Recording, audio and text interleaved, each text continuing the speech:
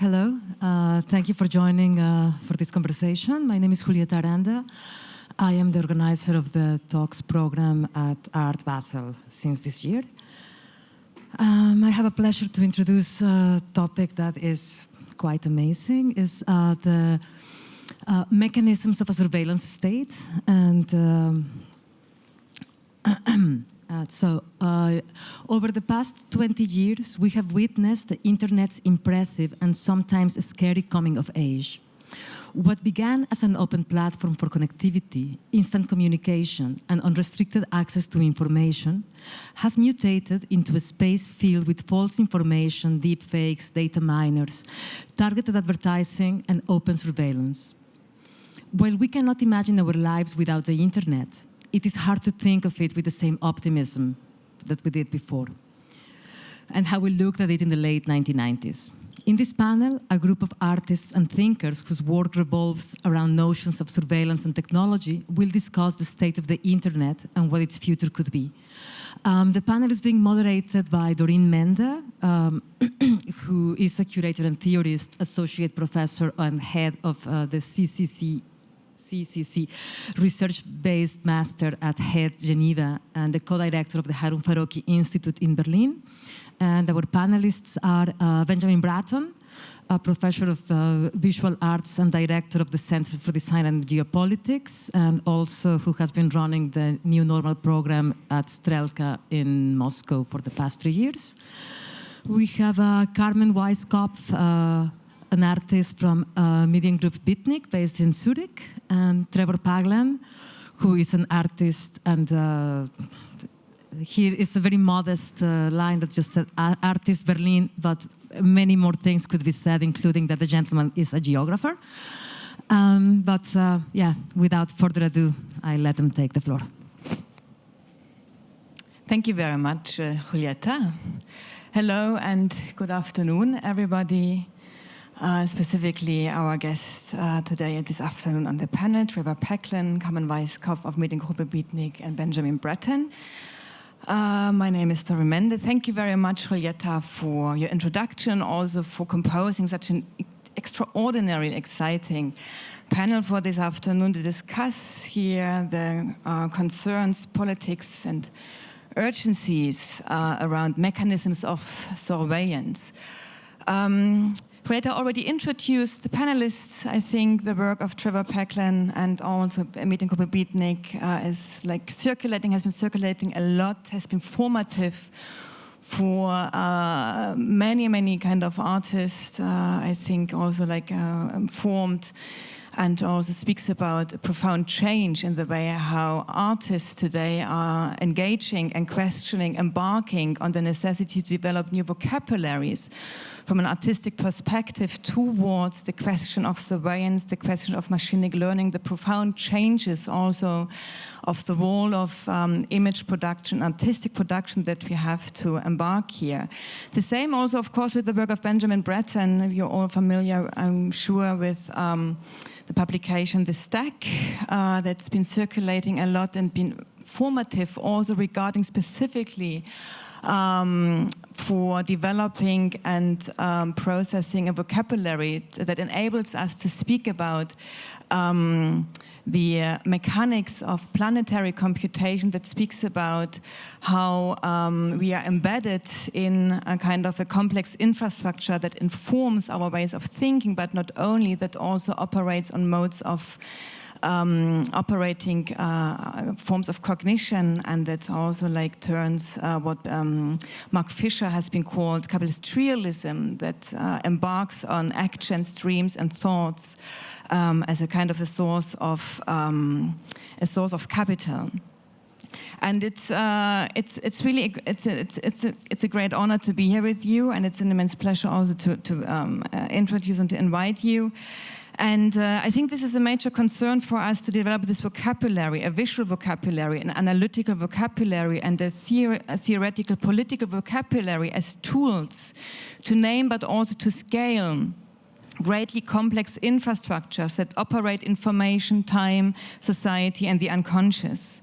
The mechanisms of surveillance have changed tremendously over the last couple of years. I just would like to remind us here to think of surveillance capitalism, the kind of volume that's been published a couple of years ago by Shoshana Zuboff, where it's not only anymore that kind of the transformation of the nation state that becomes an executive tool to serve the economic imperative of globalized primitive accumulation. Capital includes not only the question of actual assets, of information and of data, but also the operational infrastructures, the rights and laws that make those modes of circulation possible, and that also work best, like, for example, high-frequency trade, when like human instances of control are excluded from this kind of mode of circulation. But also I'm thinking of a song by Grace Jones from 2008, Corporate Cannibal, where Grace Jones is kind of narrating and speculating about the kind of cannibalistic mode of self-processing and a form of self-design that is operated through forms of cognitive capitalism, algorithmic capitalism, surveillance capitalism, where the human becomes a field of extraction, a provider with data in order to optimize the states of surveillance. And I think this has a great impact also on the ways we understand knowledge and the ways we... Sorry about this, I just put this off, like apropos.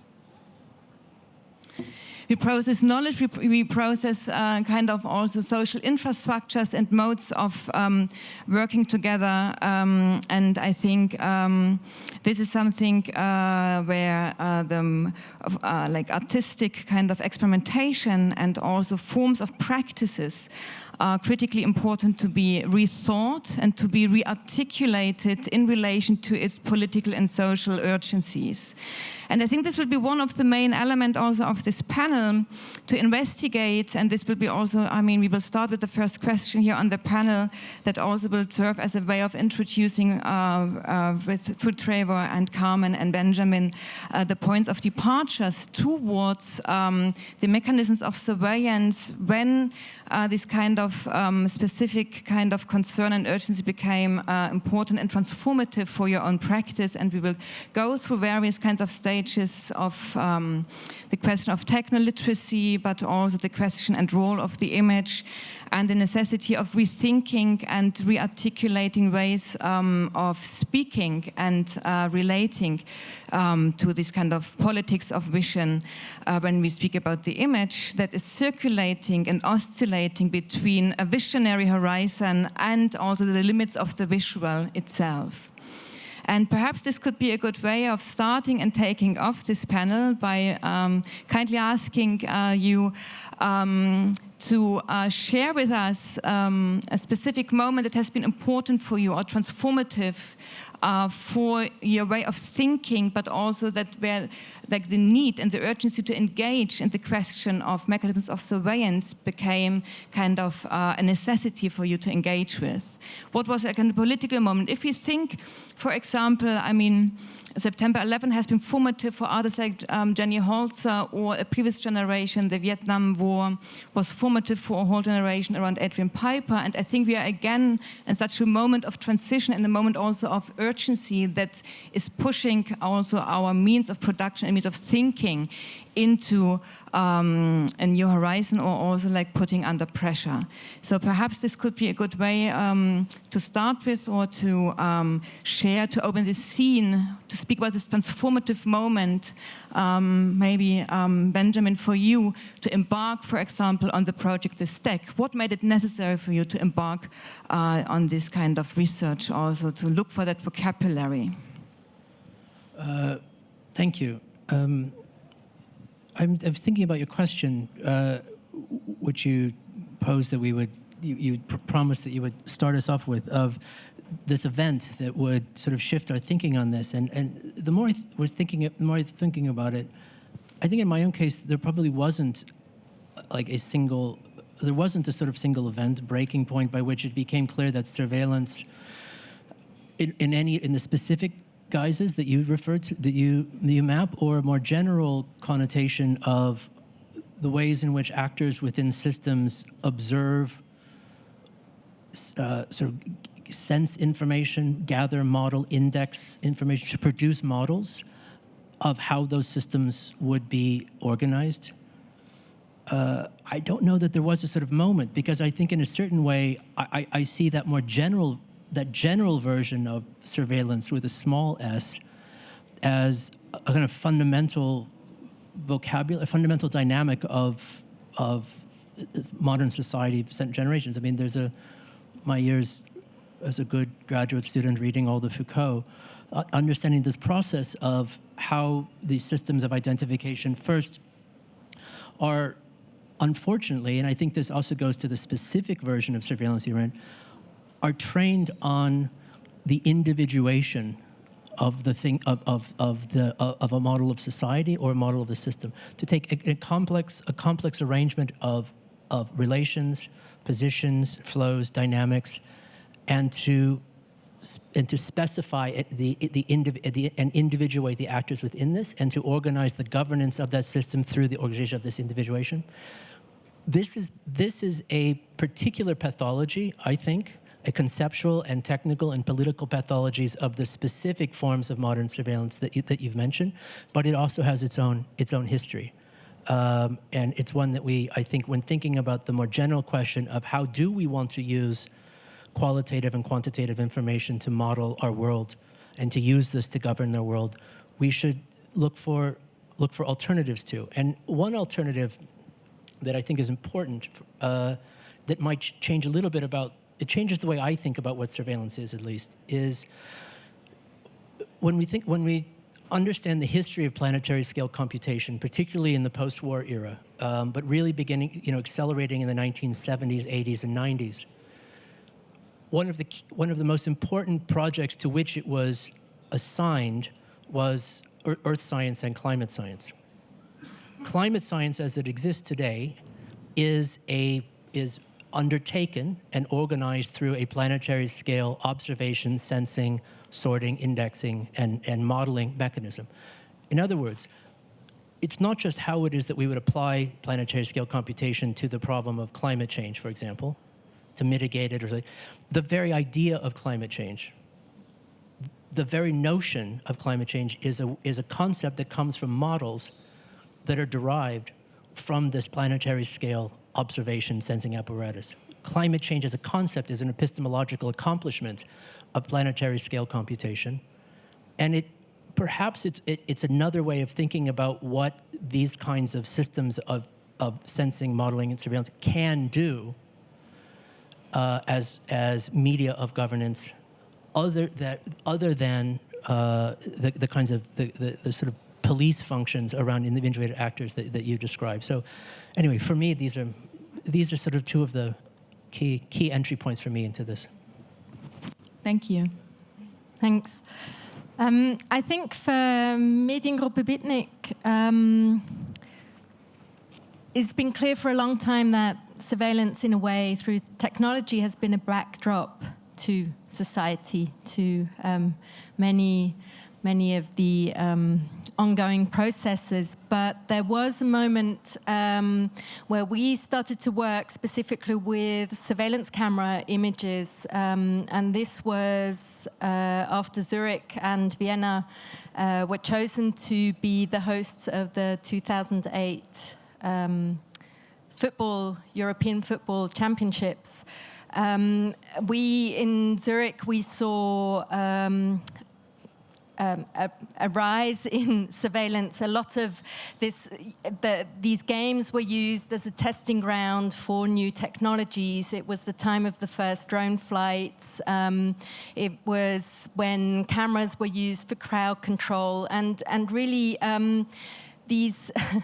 This football championship, which didn't have many people that spoke positively of it beforehand, because these were all, very problematic people coming in, doing a lot of damage. We need all these tools. We need to keep our cities safe. That kind of argument help bring in new legislations that are still in place and that are today used to control homeless populations, any people that are not welcome in any place of the city.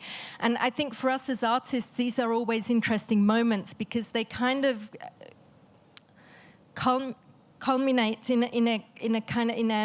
a more intense technological environment. And for us, the question, our starting point was, what are these cameras looking at? We can see the cameras, but we don't get to see the images unless they are released by the police usually, and this led us to a longer investigation into these cameras, the question of can we gain access to these images, which for some systems at the time was really easy to do, and we started to do public walks where we took people on walks around cities and they could investigate their surveillance landscapes in their areas, see what the cameras were looking at. This also collapses, of course, the space between outside and inside, because oftentimes you're standing on a street looking at images from a surveillance camera inside a house. So we basically built a technical tool which we gave to people, which they could use to capture surveillance camera images. We later also did a 3-day performance in London before the Olympics where we hacked surveillance cameras and tried to play chess with the people running the surveillance cameras with this idea of kind of, bringing a communication layer into this surveillance system. That film is also at Liste at the moment in the screening program. Thank you. I mean, I think for me, it's just, I've just grown up around this stuff. I mean, I grew up in the military. My dad at night would work in prisons. And so the institutions that were very formative to me are the kind of archetypal institutions of surveillance in those cases. You fast forward to being older and I'm doing work, thinking about prisons and looking at militaries. And at some point I was working on the NSA project with the kind of Edward Snowden film and kind of helping out with research and trying to understand how a planetary surveillance and kind of digital weapon system in the case of the NSA, how does that work? And that was actually a big technical project of just trying to understand how do these cables work, how do these switchers work, how do these routers work, what kind of information is it possible to collect, how is it possible to analyze. So thinking about that, and at some point, working on that project, I realized okay, there's this NSA thing that is sitting on top of a much bigger thing called Google and Amazon and kind of Facebook, and kind of starting to think about the kind of planetary computing structures that you write about. And not only planetary computing, sensing, doing stuff with. I think that image of the surveillance camera is quite antiquated at this point. The surveillance camera is your smartphone. The surveillance camera is the cookies in your web browser. The surveillance camera is GPS satellites, et cetera, et cetera, et cetera. And so I think in parallel to that, trying to understand the infrastructure, the politics built into those infrastructures, one of the other threads for me anyway has been to try to understand what forms of seeing are built into those infrastructures. So for example, if I'm looking at a spy satellite or I'm looking at drones or I'm looking at self-driving cars or computer vision systems or AI systems that are looking at pictures on social media, what are those systems seeing? What does the worldview contain within them, not only formally, but also politically? And to me, that's a really interesting question, because all of us who work in the arts know that we always bring a kind of background of meaning to any image that we look like. Images actually inherently don't mean anything at all. They mean what we believe that they mean, and so we bring that meaning to them. So my question then is, what forms of meaning do we build into communications infrastructures, sensing infrastructures, computing infrastructures that strongly sculpt what they see or what kind of meanings they generate? Thank you. I think what is like a nucleus, or what you've been talking about, very different kind of formats of surveillance, degrees of surveillance, but also like the way how scale plays a critical, crucial role regarding the operational modes of mechanisms of surveillance with regard to the way how the human subject is implicated, but also cannot be kind of implicated in its totality because of its complexity. I think if you think about climate change, it's really compelling to think about this kind of transformative moment of when climate change itself becomes kind of a modeling infrastructure to operate kind of mechanisms of governance, mechanisms of surveillance, and where I think it's very differently kind of situated, but also where the subject, or like when we speak of subject, the human forms of cognition is very differently situated, also spatially and geographically. Then, for example, if you think about the scale that Carmen you describe, when it becomes possible to act very specifically and situated, let's say, with a camera, very different to the forms of surveillance that Trevor you're talking about, when the mechanisms of surveillance are enveloped into an infrastructure and into a network of dispersed instances, of invisibilities, of a multiplication also of kind of the question of location. So how would you kind of, I mean, I'm trying to put an emphasis of these degrees and different forms of surveillances we are confronted with, that operate on so many different levels, on an unconscious level and on the level of complexity, where I think we have to think about exactly this question of vocabularies, how to turn this complexity against itself in order to have a way of relating to it in, I mean, ways that also must consider the human, non-human kind of entanglement or the limits of human cognition when the image kind of informs. I mean, I think this is a bit where I see a correspondence in different kind of stages, Carmen, between your work and Trevor's work, where how the image itself becomes this kind of infrastructure to relate to, but also where the image itself is not a mode of representation, but operates something else, operational image, but also as a mode of surveillance in itself. Could you maybe, could we go a little bit in this kind of direction of the question in the politics of scale, of scaling, of also kind of thinking about like modes, maybe not models, but modes to approach that with regard to the possibility, we talked about this earlier a bit, this concern of a literacy or illiteracy in the ways how it is not possible for one single human anymore to understand what's happening, to understand the mode of operation, the operationalities of the climate change or the so-called climate crisis, or the operational modes and operationalities of kind of so-called big data, mass surveillance. How would you think that in your specific practices and approaches to educate ourselves, to gain an understanding, to gain that vocabulary, to be clear and be confronted with an incompetence from a human perspective, let's say, because climate change thinks different than the human is able to process that modes of surveillance? So, lots of really excellent provocations here. Let me take the question of scale. I think maybe the key idea, one of the key idea here, and pick up on a thread from Trevor of, in many cases, we might think about the way the surveillance camera is, to a certain extent, a kind of anachronistic framework, as a sort of modern understanding of a panopticon kind of arrangement.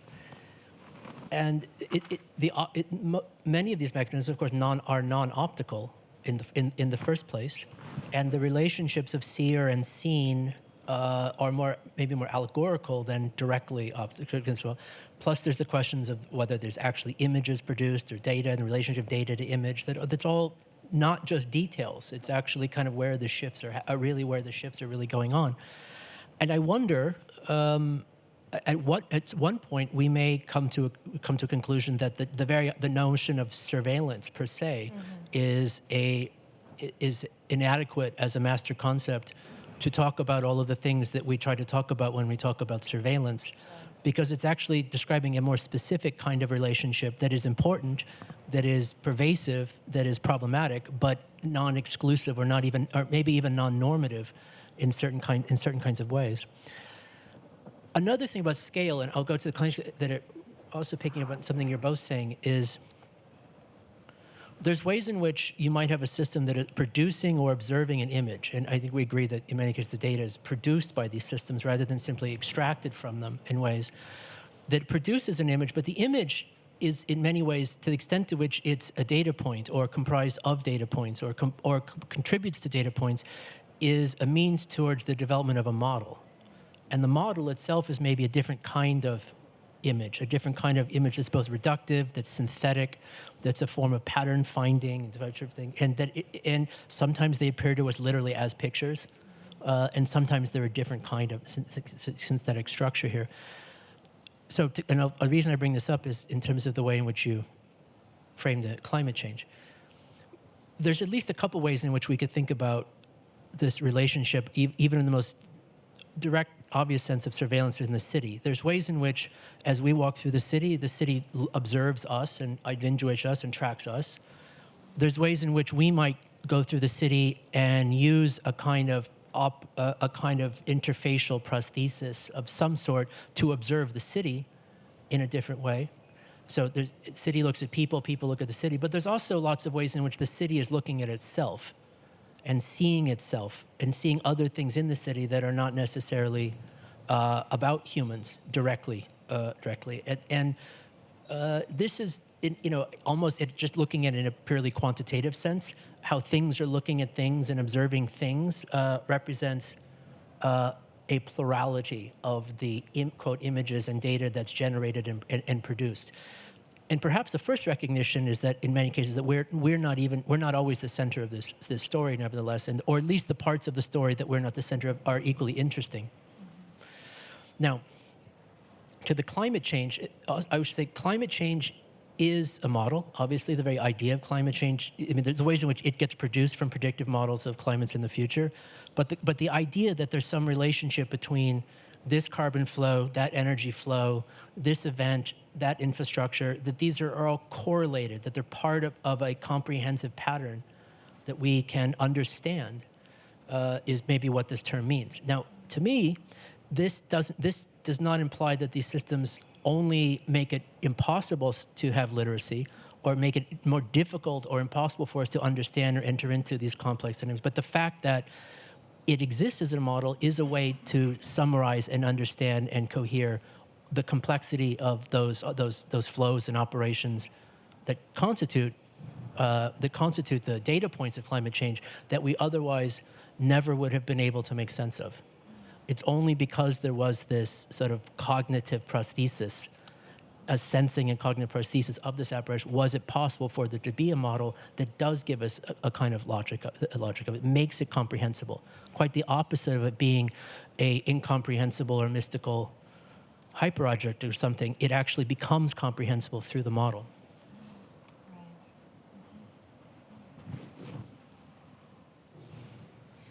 Yeah, I would totally agree. I think much of our work is trying to understand the systems, but also this question, I mean, something that kind of worries me a lot is this question of who is collecting data and where does this data go and what are secondary and, uses in the future. I think the temporality of surveillance has changed a lot.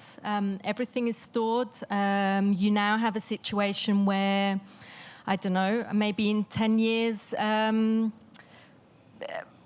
whatever entity will come back on us and, punish us for something we've done now that maybe we didn't even realize would be punishable in the future. This kind of, that worries me, and I think the arts give us tools to understand this this relationship we have with these systems on a very personal level. And I think what Bitnik tries to do many times is kind of narrate stories around these experiences we have with these systems, trying to understand these systems, trying to work out who is behind them, who is using the data. And I think there's a great number of artists who are doing that, who are looking at Joanna Moll, looking at dating platforms and figuring out how these data brokers work, the people selling and buying dating profiles with very personal information of people. And even though I think, I mean, you look at it from probably a greater distance than we do, I think it impacts people's lives, and that is very worrying, because I think there are many, especially minorities, being targeted very, very much by these systems who are modeled on biases the programmers have and things they see and don't see. I mean, talking about cities, I think this image of us looking at the city is also interesting, because if I go to a new place, let's be honest, if something isn't on Google Maps, I'm not going to find it in the city, even though it's there, it's built, Maybe a restaurant down the street. If it's not mapped virtually and I don't know it, I'm not going to find it. I think that is also the thing about this mass survey or this mass data collecting is also we all need to produce data to be seen, to be part of this landscape. So it's kind of twofold, this worry about producing data, who's using it, and at the same time, we need to see each other. We see each other through these media. So, yes, and ourselves, of course. Yes. It produces models of us, and exactly. we see ourselves through these models increasingly, sure. Yeah. Yeah, no, absolutely. And I think to come back to the question of literacy, I guess I would answer that with an answer about scale. Like in terms of literacy assumes that the locus of agency is the individual educated person who's able to make rational decisions about, basic old school democracy theory or something like that. And I think that that's the wrong way to think about these kind of systems, in the sense that the responses to them have to be articulated at the same kinds of scales that they work at, right? And that's actually rarely at the individual level. It's funny, I found myself in, about a year ago, in a back room with guys from DeepMind, which is the Google AI lab, as well as people from different representatives of web consortiums. And it was a meeting about how to standardize data formats. And I realized at some point, whoa, I'm in the back room where they're going to make the big decisions, And so some of the questions that were coming up were, what about questions of consent? Like, should people be able to opt out of having their data collected? And the Googlers were like, yeah, fine with us. Doesn't matter. We don't need the individual person. We know who the individual person is by their negative outline if they don't want to consent. For example, Facebook has exactly, they want the patterns, and I don't need your profile, but I know, if I know something about your professor and where you live and this and that, I gotcha, So I think in terms of the scale, that's part of it, and thinking about responses to it in that sense as well. In other words, if we want to think about a concept like privacy, maybe we should think about anonymity instead of privacy, and thinking about it as a public resource rather than as an individual right? And so I guess kind of thinking about things in that way is, just thinking about scale differently. Which also opens up a contradiction, because on one side is this extreme individuation that you were talking about. I mean, both these kind of modes and mechanisms of surveillance are intended and are targeted to put the kind of the individualized pressure to its kind of forms of extreme. And at the same time, you have this kind of these network dispersed modes of operation to collect all this individualized data in order to turn it against a kind of as a tool to survey and to kind of profile and create and extract value. Extract value. Thank you. Yes. So I wonder in which way, or can we maybe just talk about a bit how this has an impact? I think, Carmen, you were talking about also the responsibility of the artist, or the changed conditions of production of an artist. I think the artistic kind of field, contemporary art, is pretty much under pressure of various kind of forces, of economic forces, of labor forces, of ways of working together. I just, maybe Trevor, you have been kind of working together with coders, with programmers. I think the mode of working together also needs to change in terms also for developing these models. I'm not quite sure whether I quite yet understand fully like the concept of the model as a kind of a way of literacy or of like processing further kind of an understanding, or like to increase a certain degree of competence to engage in this kind of technopolitics, in terms also of its extreme individualized kind of component, because modeling proposes to have a kind of operational mode, let's say. So how do we make it operational in these kind of highly individualized forms, while the model itself is a kind of a tool that tries to rationalize to some extent, to rationalize a mode of thinking, to rationalize maybe also a kind of a degree of forms of tools of operation. And I wonder whether this feeds into this kind of what we also have been talking about earlier, this need for new vocabularies, whether this kind of vocabularies also could be kind of a form of model in order to be able to articulate, to reveal, to counter, to like process that system of surveillance against itself. Or how does it kind of have an impact also on the modes of working together? I think this was the initial question, with all the responsibilities of artists with our means that are also limited, but also maybe not, because it depends on the way of how we make decisions to work, like to open up also that field of collaboration. No, so I work as an artist in residence also with the AI group at NYU called AI Now, which is an organization that looks at the social and political implications of planetary computing, artificial intelligence, et cetera, et cetera. And they brought me on basically as an artist with the understanding that actually a huge number of AI systems are using photographs as their fuel, right? And actually labeled photographs. Right? So that in the case of facial recognition, it's pictures of people's faces who have been labeled, by your friends in Facebook or et cetera, to train those kinds of systems. And so one of the kind of fundamental units, I guess, of model building is a piece of data, whether it's a photograph or something else, and the labeling of that. In other words, saying what this means, right? And in the case of especially systems that are modeling humans, those get really preposterously stupid very quickly. I mean, even to say something like, oh, this person is a man or a woman, like that's a political judgment that is usually hard-coded as a binary decision, like within a model. There's ones that look at race and ethnicity, complicated, and it gets more and more complicated from there. We're looking at data sets that have categories like debtor or like sister, or just incredibly relational concepts that are being applied to images, and then models are presumably trained on these kinds of things, So this is where the questions of bias and all of that come in.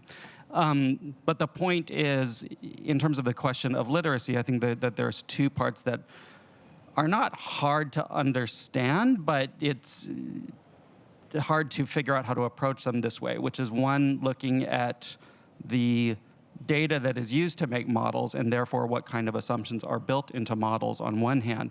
And then the second hand is just more of a kind of standard political economy things like, how are these models supposed to generate value, and how are they going to do that, right? And what are the implications of that in terms of justice, in terms of, due process, in terms of one's de facto rights and freedoms when, let's say there's some AI that's trained to recognize me as somebody who's not creditworthy, and then, I can't do the same stuff that Benjamin can do or something, whatever, et cetera. But could we then understand maybe that this kind of idea of modeling here also is a means to what Alexandra Ocasio-Cortez just recently in a talk would say, stop navigating the system, but start to build your own system, your own kind of construct your own power.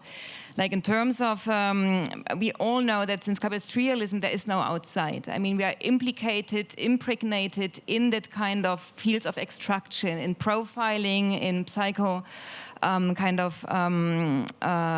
psychometric kind of profiling regarding gender, race, and or sexuality, that what Cambridge Analytics have been kind of extracting. So we know that this we know by now. So is modeling a way to create a kind of could we consider it a counter strategy, or kind of declaring a position of power, or declaring kind of a means of analysis? I just would like to understand the operational kind of impact, or how we could also understand this very in practical terms from artistic perspective, but also from an operational kind of perspective. Is this kind of a tool to move below or above so-called superstructures that are kind of too large to grasp?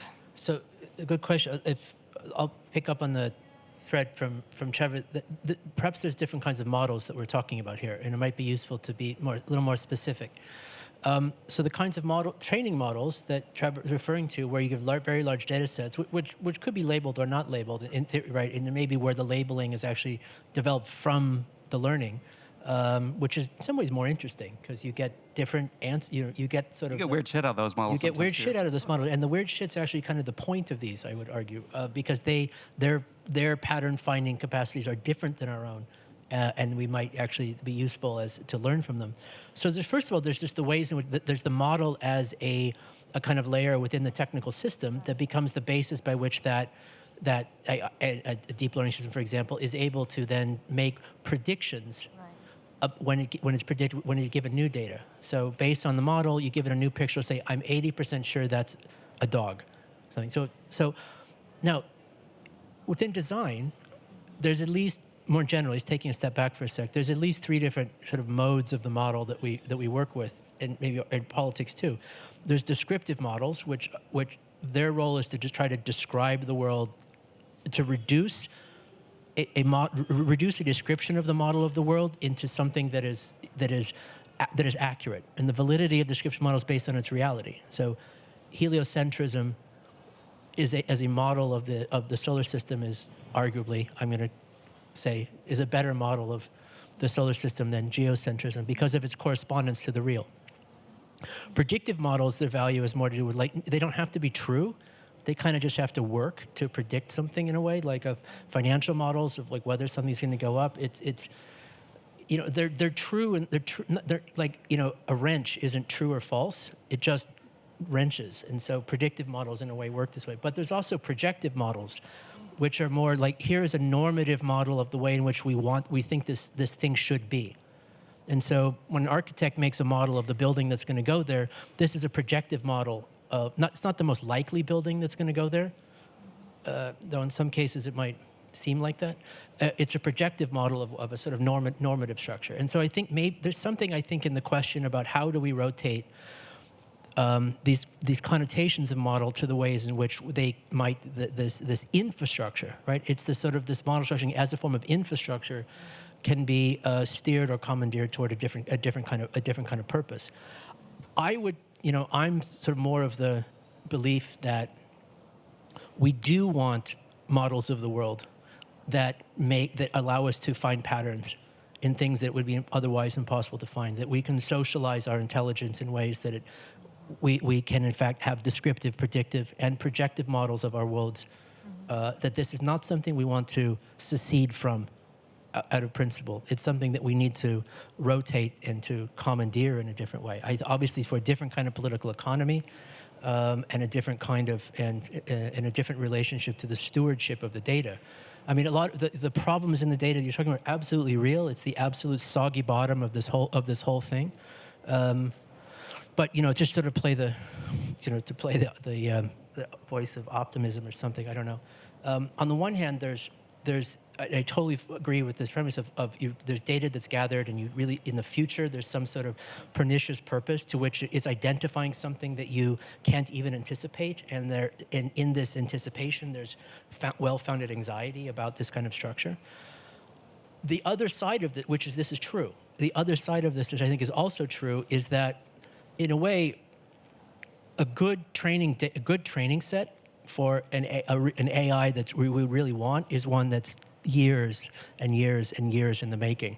AIs that have hundreds and 500 and 1,000 years of data to work with, those are the ones that will actually find patterns that we never would have been able to find and deduce. And that's a real value. So at the same time, there's also the idea that we don't know the potentially positive ramifications of this data in the future as well. And the situation is we can't know. Sure. But yes. I do think that the value that's generated is questionable for me, in the sense that the people providing the data may not profit from the value being generated. And that is a question that, for me, society has to solve. We have to build. I mean, we can now say, well, yeah, we need all these models and we need the prediction and we want AI. But I'm not that sure who the people are deciding that. I'm exactly right. Just to be clear, when I say that there is a shift in the fundamental political economy of the structure, that's exactly what I mean. Yeah. So exactly. There's no disagreement. But for me, I mean, as an artist, my question oftentimes then is, okay, but who are the people providing the data? Who are the people deciding? Who, do I get to decide this? Do I have a voice in this? Who has a voice in this? And I do think that, I don't know, as you said, yeah, maybe it's not privacy, maybe it's anonymity, but maybe we need spaces in society where people can be anonymous or private or whatever, You now have IoT devices being deployed to formerly private spaces. I'm not sure people already have the sensories within their bodies to understand that there is monitoring going on a very, in spaces that they maybe in their head still regard as private spaces. And I'm a bit worried that we're not keeping up as humans to kind of understand what's happening. And the question for me is a bit, we're also very capable of, we did a longer research into internet subcultures. We're very capable of building anonymizing technologies. We know there are forums that forget, that delete data. I think those are interesting things to think about. Of course, at the moment, it's the gathering. I don't really have a solution, but I'm also not as optimistic. No, I'm not. But I hope I hope my remarks are not taken as optimism in a predictive sense. Okay. Where I think this is most likely going, but rather in a normative sense of where, in fact, what is the version of this that we actually want to steer this toward. And I think that the notion of anonymity as a public resource and the calibration of this and understanding this as a function, I totally I actually agree with. At the same time, when you were talking about the IoT and a sort of sensors in places that we didn't anticipate there's sensors in, and the need to sort of exclude data from the capacity of those sensors or delete data, or spoof that data maybe even some way so that we can retain some of this as well. I can't help but think about Volkswagen and the emissions scandal in this way as well. And in many cases, the issue here in terms of what is the data that we need, that we want to have oversight, to have this sort of thing as well, deletion and anonymity and spoofing abstraction is actually the last thing that we kind of want. And obviously the difference has to do with power relations. It has to do with policy. It has to do with the model in which all of this is working and the public, all these baseline kinds of things as well.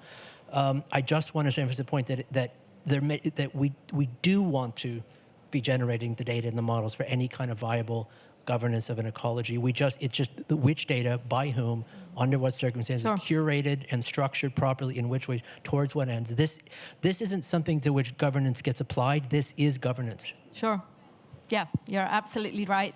Even though I do think that we should learn to exclude certain data, like to say, no, we're not keeping that data. Okay. We want this data, but not, I mean, I think what is one of the undercurrents that we all agree on, which is good and is worth saying explicitly, is that we all are understanding infrastructure as politics. Exactly. Right. And that's just we all have a very, very different understanding of technology than like technology is neutral, just what you do with it. We're like, no. Like it is the politics.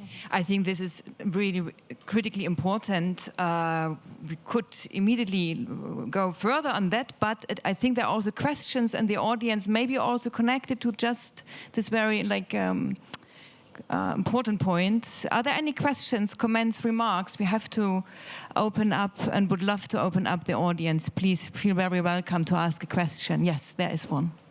Hi, thank you so much for this incredible conversation. As soon as you talked, Benjamin, about projective models, I immediately started to think about a seed as a projective model, a plant seed.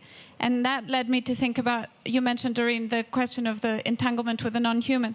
So, of course, thinking about non-human, post-human, and more than human at the same time, I was wondering if you could comment on the simultaneous development or sort of rise of interest in, on the one hand, giving voice to or agency to or acknowledging the consciousness and intelligence of plant species or more than human in the kind of environmental sense, and on the other hand, doing the same in relation to data sets, modeling, AI, and so on and so forth. So kind of how, on the one hand, one is moving towards a kind of rights of, I'm using nature in like major quotes, but like rights of nature, rights of the environment, and on the other hand, one might be moving towards sort of rights of a form of infrastructure that is blah, blah. I don't know if that, yeah, thanks. I think there's lots of questions in there at once. I think one of this, maybe I'll pull, one thread I'll sort of pull on first is the correspondence between these different modes of intelligence, maybe, as you sort of as well. I mean, a lot of the newer work that I'm doing is trying to make an argument for a strongly materialist, sort of emergent model of intelligence or really cognition, as opposed to the more formal, the sort of formalist, logical or metaphysical models of AI, for example, that it's purely inductive, deductive, that it's non-medium specific. Long story short, there's ways in which the planet folds itself in particular ways to produce material assemblages that are capable of producing emergent effects that we recognize as, quote, intelligence. And sometimes it uses primate brains to do this. Sometimes it folds this in different ways than plants. And more recently, some of those primate brains have been folding rocks and running electricity through it, and this makes a different form of intelligence that we call AI. I think one of the interesting things, I mean, any new technology both does new things and causes some kind of excitement or anxiety because of the new things it does. It also reveals things that were always there all along that we wouldn't have seen without this thing that also can produce as much anxiety or excitement at the same time. And I think one of the things that AI reveals is that intelligence exists in the world in lots of different ways, that it is an emergent effect of different kinds of material dynamics, of which ours is particularly interesting, but not necessarily normative, not necessarily central in one way or another. And so I think the bigger questions of how to manage that Copernican shift of way of understanding our own cognition in relation to these other systems certainly has a number of ramifications we would think of as being political, probably none of which have to do with assigning formal legal rights to things, as if it was sort of gathering all these things and locating them in the 17th century and giving them certificates in the way as well. It's probably more how we change our system. And like, there's no plan for this. I don't know. It's sort of wide open. But the general idea as well. The last thing is I think another one of those things is I mean, and this is sort of clear. The role of consciousness in all of this is much, much, much smaller than we would normally think about. That the ways in which this kinds of cognition and intelligence and automation of abstraction operate, the consciousness process of how they're conscious of themselves is not a big part of the story. I don't know if that's answered your question or a different question, but there you Further questions? First round, yes. And what's about drone strike and warfare, face recognition, and all this kind of stuff? For instance, Against in Italy, it. since 2013, Carabinieri are allowed to use it for control in strike inside the national border. And this is very careful stuff, in my opinion. What we can do, really, to control this use as citizens, as artists, as people. To control drone strikes? To control the controller, to control how the data are used, what the laws, if the law is followed, because there is a lot of law on privacy, but at the end, who control the transmission of all this material, for instance? I mean, it's a really good question. I mean, that's what we're all interested in, is on one hand, there's some models, like San Francisco's just banning facial recognition. There's huge debates about the degree to which police should be able to use facial recognition, particularly because we sort of know what its limits are, and the limits are very real, and there's a whole history of like pseudoscience, especially in relation to law enforcement, whether it's fingerprinting or lie detectors and like all this junk that somehow still becomes authorized because it has a veneer of objectivity or science or something like that. So I think that's one question, is just like, what are the tools actually capable of doing, and can we develop reasonably, reasonable policies about where, if ever, those tools should be deployed in the first place. And then the other question is just like, jurisdictionally, how do you regulate technologies and infrastructures that don't kind of necessarily conform to the territorial logics of municipalities or states or what have you? And I think that's a big question. I know that's something that we all think about. Julieta has, okay. I guess you might have already answered it, but I was just wondering, what kind of a project would you three on this panel work together on? Why don't you work together and make a piece? I think that we do already at this moment.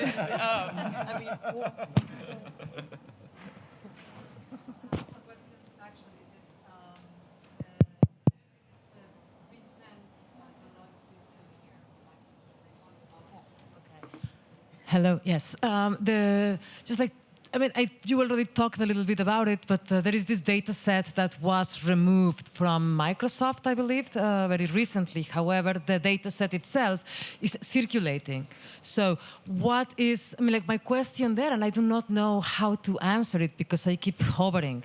So is it good that now it's not framed within Microsoft, or is it worse because now there is nothing regulating it?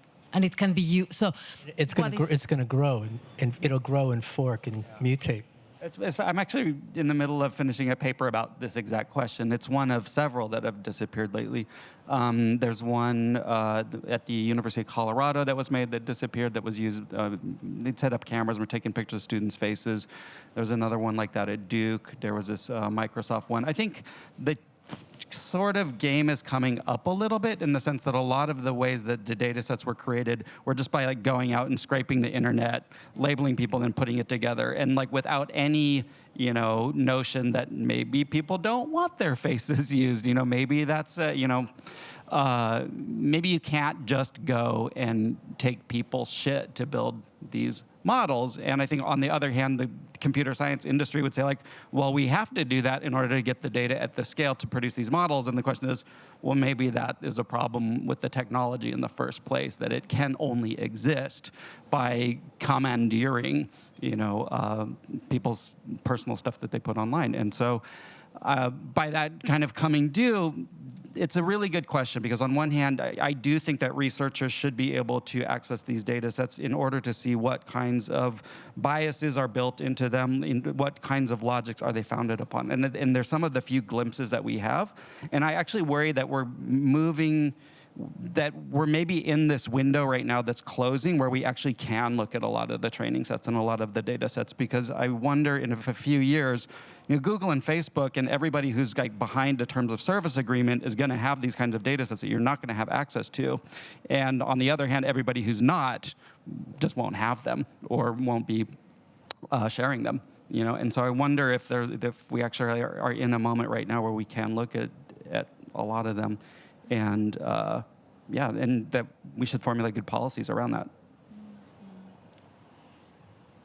I get a sign that we have to finish already, which is a shame. There's so many, I think the question of political sovereignty and its question also of its situatedness and location of this politics is something that's really ready for a next panel, I guess, because it's on shifting grounds geopolitically and geospatially speaking.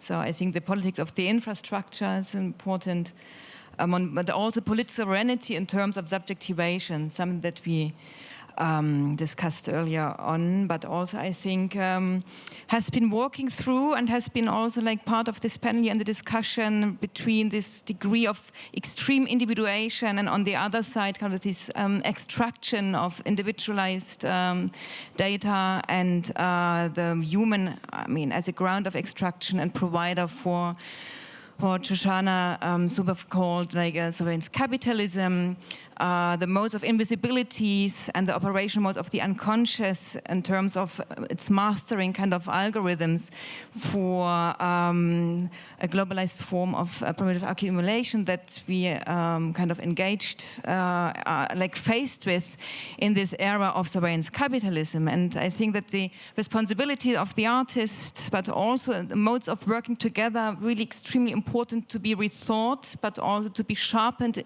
again in a way in order to engage with the militarization of the gaze, with the question of the image that is an operational infrastructure that operates in both ways. On one side to help us to understand the world, but also on the other side to inform our modes of thinking and our modes of being in the world as an economic and political subject. And I would like to thank very much indeed for this really exciting panel that I think helped us to understand different degrees and also processes of mechanisms of surveillance, the state of surveillance in its double kind also of meaning, the state as a political question, but also the state as a form of condition. And I think the conversation could go on, and it might be possible also to have more informal conversations later on in the process of this context here, I'm sure. So thank you very much, Benjamin, Carmen, and Trevor. Thank you very much indeed, and Julieta, and you staying here in this busy period. Thank you.